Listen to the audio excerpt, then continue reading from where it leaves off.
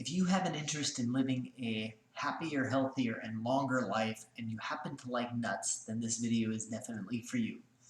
Hello, I'm Dr. James Bogash, publisher of Modern Health Myths, and today we're going to talk a little bit about a recent study looking at the effects of nut consumption on certain aspects of longevity, specifically heart disease, cancer, and just overall death rates. Now, let me start this by saying I've always been a huge fan of nuts. This particular study looked at tree nuts and ground nuts, which happen to include peanuts, which happens to be a peanut butter. Peanut butter is a big favorite of mine. Awesome protein-based animal-based, plant-based protein source. The couple caveats I make when making sure when people are eating nuts or peanuts is for peanut butter, make sure that you're eating real peanut butter, not the fake stuff. So your Jiffy, your Skip, anything that has been processed. So peanut oil is a liquid at room temperature. That doesn't work from a shelf life or a, you open up your Reese's peanut butter cup and it's mushy on the bottom. It's hard to sell.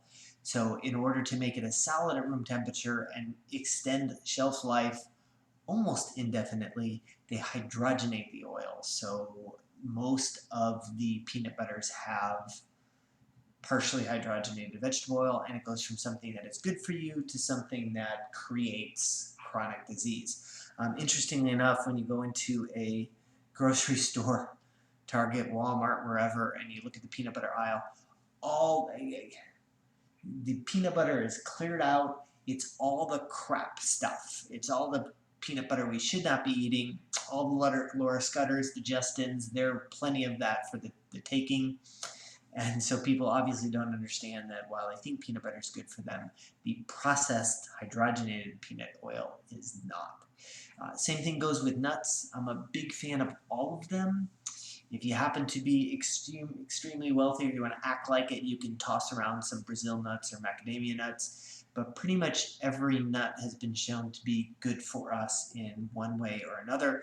The most important thing to remember, though, is not to have any added oils. So if you're doing some type of canned nuts with added cottonseed or soybean oil, you need to toss them in the garbage because it's going to undo any of the healthy fats that you're going to get from the nuts. I don't care about salt. I've certainly talked enough about that with blood pressure. So for me, the perfect combination with any type of nuts is a little bit of dark chocolate, but that's another topic. So getting back to this particular study, researchers looked at globally, worldwide, almost 125,000 people. So this is a huge study looking at people and their nut consumption and risk of certain types of death. They looked at them over the course of about 9.5 years, just short of a decade. And they divided it up into amounts, but the people having the most, they broke it up into, it was 120 grams a week, which is about 4 servings a week. That's really not that hard. It's a handful of nuts, peanuts, a little bit of macadamia nuts and dark chocolate. So it's not that hard to achieve 4 servings of nuts a week. To put it into perspective, they looked at total death. And the people with the higher nut consumption had a 23% lower risk of dying from any cause. So that's pretty significant. Specifically looking at heart disease death, it was 28% reduction. I mean, that's huge. That beats statins hands down. Don't worry about your cholesterol. Just take in a handful of nuts a day and you're going to walk away from the benefits of statins and have a much better protection than you would otherwise without any side effects. Non-cardiovascular deaths were 18%, so less than it is, and the cancer rates were also 19% lower.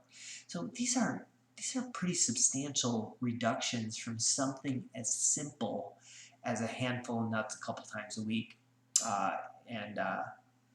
Looking at cost-wise, obviously macadamia nuts and Brazil nuts are top end of the spectrums, but looking at things like almonds, not necessarily pistachios, but almonds and cashews are at the lower end of the cost spectrum. These were all nuts were shown to be good in this particular study. So eat them freely. They are generally considered, there's a lot of people that still look at them as being fattening just because they have fats in them. The whole dietary guide pyramid and the 80s and 90s completely screwed up our perception of what a healthy fat is, but nuts without any added oils clearly fall into this category. So as always, I'll put a link to this particular study in the comment section, and make sure you like this video, share it with somebody who you think needs the information, and subscribe to the channel.